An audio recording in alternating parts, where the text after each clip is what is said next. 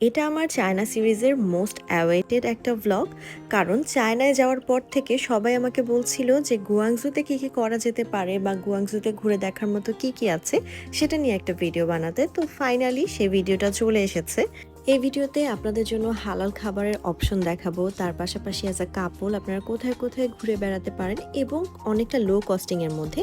তার পাশাপাশি চায়নার আইকনিক ক্যান্টন টাওয়ারে আমাদের যাওয়া হয়েছিল এবং সেখানে ডিনার ক্রুজ করেছি। তার পাশাপাশি ক্যান্টন টাওয়ারের একদম চূড়ায় ওঠা হয়েছিল। সব কিছুর এক্সপিরিয়েন্স আপনাদের সাথে শেয়ার করব with the costing details. So without further any delay let's get started with the video. যেদিন এই ভিডিওটা শ্যুট করা হয়েছে তার আগের দিন রাতে আমরা গুয়াংজুতে এসে পৌঁছেছি। যেহেতু রাতে চলে আসা হয়েছে তাই কিছুই অ্যাক্টিভিটিস করতে পারিনি। সকাল থেকে অ্যাক্টিভিটিস আপনাদের সাথে শেয়ার করছি। হোটেলের কমপ্লিমেন্টারি ব্রেকফাস্টে আমরা এনজয় করেছি আর এখন রেডি হয়ে বের হয়ে গিয়েছি কয়েকটা পপুলার ট্যুরিস্ট ডেস্টিনেশন কভার করার জন্য। আমরা অলওয়েজ ঘোরাঘুরির সময় চেষ্টা করি একটু কস্ট কাটিং করতে, কারণ যেহেতু আমরা দুজনেই একটু বেশি ঘোরাঘুরি করতে পছন্দ করি, সো কস্ট কাটিং করলে দেখা যায় যে আমরা আরও বেশি প্লেস কভার করতে পারি। ট্রান্সপোর্টেশনের ক্ষেত্রে আমরা অলওয়েজ সাবওয়ে বা মেট্রো রেল ইউজ করতে খুবই পছন্দ করি। এটার প্রথম রিজন তো অবশ্যই কস্ট কাটিং করা, কিন্তু এটা কিন্তু অনেকটা টাইম সেভিংও হয়, এই জন্য আমরা সেটা আসলে ইউজ করব। আর আমরা হোটেল নিলে অলওয়েজ চেষ্টা করি সাবওয়ের আশেপাশে হোটেল নিতে, যাতে ওয়াকিং ডিস্টেন্সে আমরা ইজিলি বিভিন্ন জায়গায় চলে যেতে পারি। আর চায়নাতে কিন্তু আমরা একবারের জন্য ক্যাশ উইথড্র করি নাই, কারণ চায়না কিন্তু আপনারা সবাই জানেন ক্যাশলেস। সো আমরা আলিপে এই যে অ্যাপটা এটা ব্যবহার করে কিন্তু সকল ধরনের পেমেন্ট করেছি। প্রত্যেকটা সাবওয়ে স্টেশনে আমরা এরকমভাবে পেমেন্ট করেছি। তার পাশাপাশি এই সেম অ্যাপ দিয়ে কিন্তু ডিডি কল করা যায়, যেটা ওই দেশের উবার। তাছাড়া আমাদের কার্ড যেহেতু এটাতে অ্যাটাচ করা ছিল, সো আমরা কোনো কিছু কেনার সময় এটা দিয়ে জাস্ট ইজিলি পে করেছি এবং এটা আমার কাছে মনে হয় খুবই ইজিয়েস্ট একটা ওয়ে। কারণ ক্যাশ ক্যারি করা লাগে বা ক্যাশ গুনে কাউকে দেওয়া, নতুন দেশে যে ক্যাশ ক্যারি করা, এই জিনিসগুলো আমার কাছে অনেক হ্যাসেল মনে হয়। পার্সোনালি আমি কিন্তু একটু কার্ড ইউজ করতে বেশি পছন্দ করি, আমি ক্যাশলেস চলতেই বেশি পছন্দ করি। আর চায়না ছিল ফুললি ক্যাশলেস, সো আমি অনেক এনজয় করে শপিং করেছি বা পেমেন্ট করেছি। আর প্রত্যেকটা সাবওয়ে স্টেশনে কিন্তু একদম এয়ারপোর্টের মতো চেক ইন করা হয়, কারণ ওরা অনেক সিস্টেমেটিক ওয়েতে সব কিছু করতে পছন্দ করে। আর জাস্ট দেখেন এভাবে করে কিন্তু স্ক্যান করে আমি ঢুকে যেতে পারবো। এটা খুবই ইজিয়েস্ট ওয়ে, মানে এত বেশি ইজি ছিল এবং খুবই এফিশিয়েন্ট ছিল পুরো প্রসেসটা। আমরা খুবই এনজয় করেছি। সো এখন আমরা সিম্পলি চলে যাচ্ছি ট্রেনের দিকে। ট্রেনটা ছিল নিচে, যেহেতু এটা সাবওয়ে মাটির নিচ দিয়ে চলাচল করে, সো এই এক্সপিরিয়েন্সটাও আমার কাছে খুবই ভালো লেগেছে। আর স্টেশনটা কিন্তু খুবই ছিমছাম আর খুবই সুন্দর, নিট অ্যান্ড ক্লিন ছিল। So we really liked it. China যাওয়ার আগে আমি শুনেছিলাম যে ওরাও কিন্তু অনেক বেশি রেসিস্ট বা কালচারাল শক পাওয়ার যে বিষয়গুলো, সেটা আসলে এক্সপিরিয়েন্স করা যেতে পারে। আর এটা আমি কমপ্লিটলি এক্সপিরিয়েন্স করেছি আসলে এই সাবওয়েটা ইউজ করার সময়। ইয়াং জেনারেশনের মানুষ খুব একটা আমাদের দেখে অবাক হয় না, তবে যারা একটু ওল্ড এজ পিপল ছিল বা যারা একটু পিচ্চি ছিল, ওরা আসলে আমাদের ফেস কাটিং কখনো দেখে নাই। So they were kind of giving and weird look, কারণ ওদের কাছে কিন্তু আমরা ফরেনার। যাই হোক, এই প্রসেসটাও কিন্তু আমি ভালো এনজয় করেছি। অ্যান্ড ফাইনালি আমরা চলে আসলাম শামিয়ান আইল্যান্ড। অ্যান্ড আপনারা দেখতেই পাচ্ছেন যে দিনটা অনেক সানি ছিল। সানি ওয়েদার পাওয়া কিন্তু অলওয়েজ একটা ব্লেসিংয়ের ব্যাপার। সাবওয়ে থেকে নেমেই ৫-৬ মিনিট হাঁটতে হাঁটতে কিন্তু আমরা এই প্লেসটাতে চলে এসেছি এবং আপনারা দেখতেই পাচ্ছেন যে কতটা গ্রিনারি আশেপাশে এবং সবগুলো লেন আলাদা করা। গাড়ি চলার রাস্তা আলাদা, আপনি হাঁটাহাঁটি করবেন সেটার জন্য আলাদা রাস্তা, এবং কি সুন্দর গাছ দেওয়া, ছায়া দেওয়া ছিল। সো এত সুন্দর পরিবেশ, ঘুরতে আসলেও কিন্তু একদম মনটা ভালো হয়ে যাবে। অ্যান্ড আমারও সেরকমই মনটা খুবই ভালো ছিল and I was really enjoying the moment. যে কোনো দেশে আসলে সুভেনিয়ার হিসাবে আমি সব সময় ফ্রিজ ম্যাগনেট কালেক্ট করতে খুবই পছন্দ করি, আর আমরা এবারও কিনে নিলাম। মজার ব্যাপার কোনো এক্সপেন্সিভ সুভেনিয়ার শপ থেকে এগুলো কেনা হয়নি, এগুলো আমরা কিনেছিলাম জাস্ট র্যান্ডমলি রাস্তার ফুটপাথ থেকে। প্রত্যেকটা ডিজাইন খুবই সুন্দর ছিল আর পার পিস মনে হয় ১০০ টাকা করেও পড়ে নাই। So it was quite cheap. And finally আমরা চলে এসেছি শামিয়ান আইল্যান্ডে। পিছের ব্যাকগ্রাউন্ডটা দেখলে কিন্তু আপনারা বুঝতে পারছেন, কারণ এটা একটা চায়নার মধ্যে ছোট্ট একটা ব্রিটেন, কারণ ব্রিটিশ কলোনিয়ালিজম এবং ফ্রেঞ্চ কলোনিয়ালিজমের সুন্দর একটা এফেক্ট কিন্তু এখানে আপনারা পেয়ে যাবেন। এই পুরো এরিয়াটা অনেক বেশি পিসফুল, মেইনলি হিস্টোরিক একটা ভাইবস আপনারা এখানে পেয়ে যাবেন, কারণ সব ওল্ড বিল্ডিংগুলো আছে এবং অনেক আগের সুন্দর সুন্দর গাছ এখানে আছে। সো মেইনলি ট্যুরিস্টরা এখানে আসে, তাছাড়া অনেকেই মর্নিং ওয়াকের জন্য আসে, দেখা যায় হাঁটাহাঁটি করছে, বা তার পাশাপাশি অনেকে বাচ্চাদের নিয়ে আসে সুন্দর একটা সময় স্পেন্ড করার জন্য। আর সামনে চলে গেলে আপনারা পেয়ে যাবেন হচ্ছে পার্ল রিভার। সামনে হাঁটতে হাঁটতে দেখলাম যেখানে অনেক সুন্দর সুন্দর কিছু ভাস্কর্যের মতো তৈরি করা আছে। এই মূর্তিগুলো অনেক বেশি আর্টিস্টিক অ্যান্ড প্রত্যেকটা ভাস্কর্য আই উড সে যে সব কিছুর একটা মিনিং ছিল।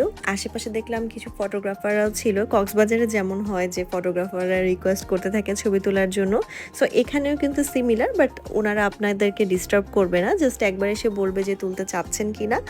আর ওরা ওরকম ইংলিশও পারে না, জাস্ট ইশারায় বোঝাতে চায়, বাট আপনি যদি না করে দেন ইটস ফাইন। আর আশেপাশে কিন্তু অনেক কফি শপও আছে। চায়নার বেস্ট পার্ট হচ্ছে অনেক অনেক কফি শপ আপনারা আশেপাশে পাবেন। সাংহাইতে তো প্রচুর কফি শপ ছিল এবং বলা যেতে পারে যে ওয়ার্ল্ডের সবচেয়ে বেশি কফি শপ সাংহাইতে ছিল। আর গুয়াংজুতেও কিন্তু কম না, আশেপাশে অনেক কফি শপ, সেগুলো আমরা হপিং করেছি এবং ওদের কফি বেশ মজা। আস্তে আস্তে আমরা চলে যাচ্ছি সামনের দিকে। সামনের দিকের পরিবেশটা আরও সুন্দর, আপনারা দেখতেই পাচ্ছেন যে একদম ফ্যামিলি নিয়ে সবাই চলে আসে সুন্দর একটা সময় এনজয় করার জন্য। অ্যান্ড এত পিসফুল জায়গাটা, আমার কাছে মনে হচ্ছে গুয়াংজুর সবচেয়ে পিসফুল জায়গা ছিল এটা, কারণ যে কয়টা প্লেস আমরা ভিজিট করেছি এর মধ্যে এটা ছিল one of the best.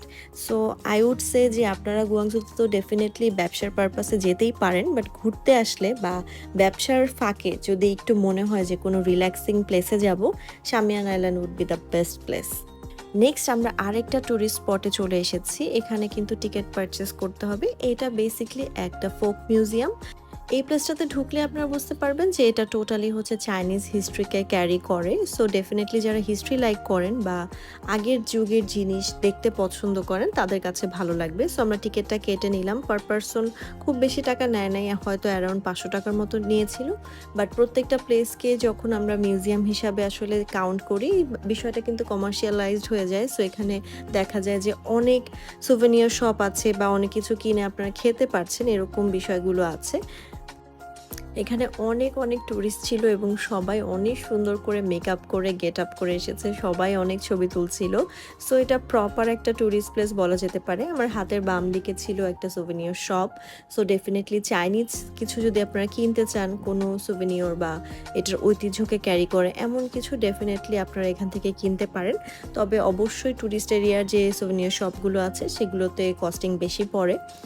So it's totally up to you যে আপনারা কিনতে চান কিনা। এখানে বিভিন্ন ধরনের পোস্ট কার্ডও সেল করছিল, অনেকেই আছে পোস্ট কার্ড আসলে কালেক্ট করতে পছন্দ করে। সো তাদের জন্য আমার কাছে মনে হয় খুবই ভালো অপশন হবে এখান থেকে পারচেস করা। এখানে অনেক ধরনের কুকারিজ এবং কালিনারি সেটও ছিল যেগুলো কোয়াইট এক্সপেন্সিভ ছিল, বাট এগুলো সুভেনিয়ার হিসাবে এখানে সেল করছিল। সো আপনাদের জন্য কিছু ভিডিও করেছি। সো এখান থেকে ঘোরাঘুরি করে আমরা আবার সেম সাবওয়ে নিয়ে চলে যাই আমাদের হোটেলের দিকে, কারণ অলমোস্ট দুপুর হয়ে যাচ্ছিল আর আমাদের লাঞ্চও করতে হবে। বিকালের দিকে হচ্ছে আমরা ক্যান্টন টাওয়ারের এরিয়াটা ঘুরবো, ক্রুজ ডিনার করব। So we had to like get ready. So আমরা এখান থেকে চলে যাই। আমাদের হোটেলের একদমই পাশের রোডে ছিল একটা হালাল রেস্টুরেন্ট, যেখানে হচ্ছে চাইনিজ ফুড সেল করে বাট হালাল certified. So we had to try it. আর ভাত ছাড়া আসলে খুব বেশি দিন থাকতে ভালোও লাগে না, যদিও এটা আমাদের বাঙালি টাইপের কোনো খাবার এখানে সেল করছিল না, totally Chinese rice and curry sell করছিল। বাট দেন আই থট যে না, একটু ট্রাই করা উচিত, বিকজ আসলে অনেক দিন ভাত খাই না। সো আমরা এখান থেকে একটু রাইস অর্ডার করে নিলাম। আমার হাজব্যান্ডের চ্যানেল থেকে কিছু র ক্লিপস আপনাদের জন্য চুরি করে আনছি, জাস্ট ওয়াচ ইট। এই হচ্ছে আমার অর্ডার করা খাবার, যেখানে আমি একটা এক্সট্রা ডিম নিছি। আর এমনি বিফ দিয়ে রাইসটা আমি গতকালও খেয়েছিলাম, এটার দাম নিয়েছিল হচ্ছে 20 ইউয়ান। কোয়ান্টিটি দিছে, এটা আসলে আমাদের দুইজনের জন্য মোর দেন এনাফ। দেখেন, আর এই মাশরুম, শিটাকে মাশরুম, এটার দাম তো বাংলাদেশে কেমন জানেনি। বিফের কোয়ান্টিটি থেকেও মাশরুমটা বেশি, আর আমরা পার্সোনালি মাশরুম লাইক করি, তাই ওভারঅল আমাদের কাছে এই খাবারটা কিন্তু বেশ ভালো লাগে। চলেন আমরা একটা অথেন্টিক রিভিউ নিই। এই যে শিটাকে মাশরুম, এটা প্রিয়র অনেক প্রিয়। এই যে মাশরুমের পিসগুলো কিন্তু অনেক বড় বড়। সো রাইস দিয়ে ট্রাই করি। আর এখানে কিন্তু চামচ পাওয়া খুব দুষ্কর, কিন্তু এই মুসলিম হালাল খাবারের এখানে আমরা চামচটা পাইছি আর কি। আজকে আমরা তাজা পাইছি, গতকাল তো রাত হয়ে গেছিল অনেক। So good man. এই যে বিফের কাটগুলো। আর মাশরুমেরটাও দেখা দাও।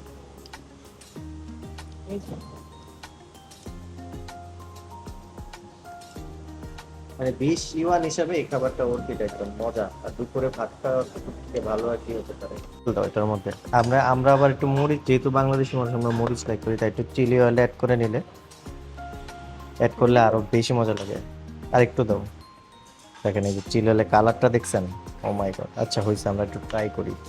আর এটা হচ্ছে বিফ ডাম্পলিং, দেখেন কতগুলা ডাম্পলিং দিচ্ছেন।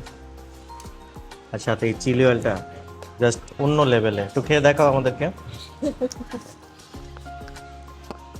এটা হচ্ছে বিফ মোমো আর কি। আর আমরা জানা থাকতে থাকতে মোটামুটি চপস্টিক দিয়ে খাওয়া শিখে গেছি। তুমি কি ততটুকু শিখছো চপস্টিক দিয়ে খাওয়া? এই তো মানে চলার মতো। চলার মতো। রাস্ট করছে ভিতরে। গরম দেখি আমরা খাই। বেশি মজা হচ্ছে আপনার এই এই সসটা দিয়ে খাই। আপনারা যখন নেবেন এই সসটা বেশি করে চেয়ে নেবেন। চলুন ট্রাই করি। আর পিছে যে আন্টিটা দেখছেন, এই আন্টি কিন্তু রান্না বান্না করে। সো এই তো আপনাদের সাথে শো করলাম খাওয়া দাওয়ার অনেক অনেক ক্লিপস। এরপর আমরা রুমে যে রেস্ট নিয়ে বের হয়ে যাই হচ্ছে একটু এক্সপ্লোর করার জন্য। এখন যেখানে যাচ্ছি মেনলি সেখানে যাওয়ার জন্য আমি খুবই এক্সাইটেড ছিলাম, সেটা হচ্ছে ক্যান্টন টাওয়ার দেখতে যাচ্ছি।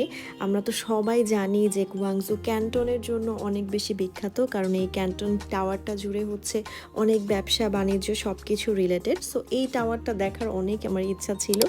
আমার হাজব্যান্ড যেটা আমাদের জন্য প্ল্যান করেছিল যে আমরা তো এই টাওয়ারটা দেখবই, তার পাশাপাশি এখানে যে পার্ল রিভার আছে, পার্ল রিভারে একটা ক্রুজ করব, রিভার ক্রুজ যেটাকে বলে, এবং তার পাশাপাশি ক্যান্টনের যে চূড়া একদম মাথায়ও আমরা উঠবো। আর এটার জন্য টোটাল আমাদের কস্টিং লেগেছিল ৮৫০০ টাকার মতো বাংলাদেশি টাকায়, দুইজনের জন্য আর কি। সো আমরা চলে আসি হচ্ছে একদম বিকালের টাইমে, কারণ আমাদের প্ল্যান ছিল আমরা সানসেট দেখবো, দেন হচ্ছে রিভার ক্রুজ করব, সন্ধ্যা হয়ে যাবে, রাত হয়ে যাবে, সুন্দর লাইটিংগুলো অন হবে, সেগুলো আমরা এক্সপিরিয়েন্স করব, অ্যান্ড লাস্টলি চলে যাব হচ্ছে ক্যান্টন টাওয়ারের একদম চূড়ায়। সো এটাই হচ্ছে ওভারঅল আমাদের প্ল্যান ছিল। ফাইনালি আমাদের টাইম চলে আসলো যে আমরা হচ্ছে ক্রুজে উঠবো। এটা জাস্ট 1 ঘন্টার একটা রাইড ছিল, 7টা থেকে 8টা। সো ফাইনালি আমরা চলে আসলাম। এটার এক্সপিরিয়েন্সটা তুলনামূলক অনেকটাই হচ্ছে থাইল্যান্ডে আমরা ক্রুজ করেছি সেরকমই, তবে থাইল্যান্ডে একদম 2 ঘন্টার মতো টাইম থাকে, প্রপার বুফের অ্যারেঞ্জমেন্ট থাকে। এখানে আসলে বিষয়টা এরকম ছিল না। এটা কোনো ডিনার ক্রুজ না, এটা ছিল হচ্ছে রিভার ক্রুজ, মানে জাস্ট মেইনলি এক্সপিরিয়েন্সটা গ্যাদার করা, খাওয়া দাওয়ার খুব একটা বেশি এখানে এক্সপিরিয়েন্স ছিল না, অনেকটাই দেখতে সিমিলার। সো আমরা চলে গেলাম উপরে, উপরেই আমাদের সিটটা ছিল।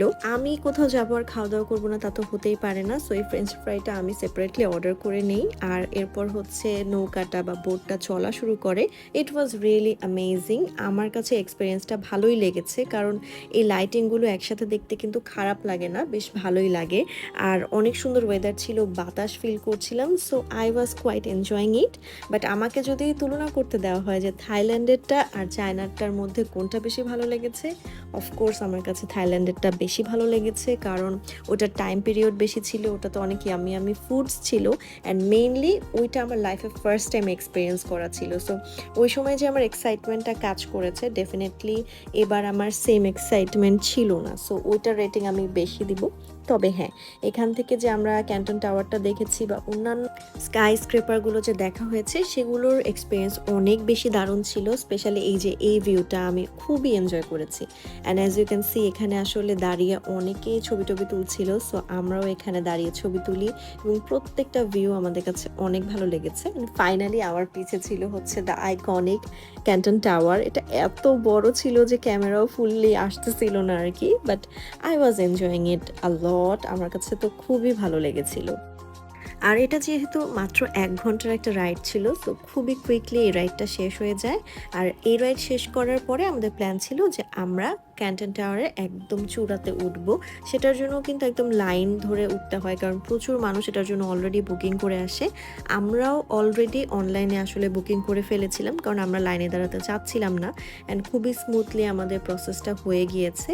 সো আমরা ফার্স্ট একটা লিফটে উঠে যাই। একটা লিফটে হয় না, মোট 2-3টা লিফটে করে উঠতে হয়, কারণ এগুলোর বিভিন্ন সেগমেন্ট আছে। অনেকে আপার ডেকে যায়, অনেকে একদম ফ্রন্ট যে সামনের জায়গাটা আছে ওখানে যেয়ে আমরা একদম উপরের খোলা পোর্শনে গিয়েছিলাম আর কি। সো এখানেও কিন্তু ছোট ছোট লাইনস ছিল, কারণ অনেক মানুষ, বিভিন্ন সেকশনে বিভিন্ন রকম ডেকোরেশন করা। অ্যাজ ইউ ক্যান সি এখানে একদম লাইটিং করা ছিল। 前往塔顶户外城，无需加购单项票，可在107层自助购票机上购买。塔顶共有3间餐厅，无需用餐，可在107层空中巴预订。祝您游塔愉快。Dear guests, welcome to the temple.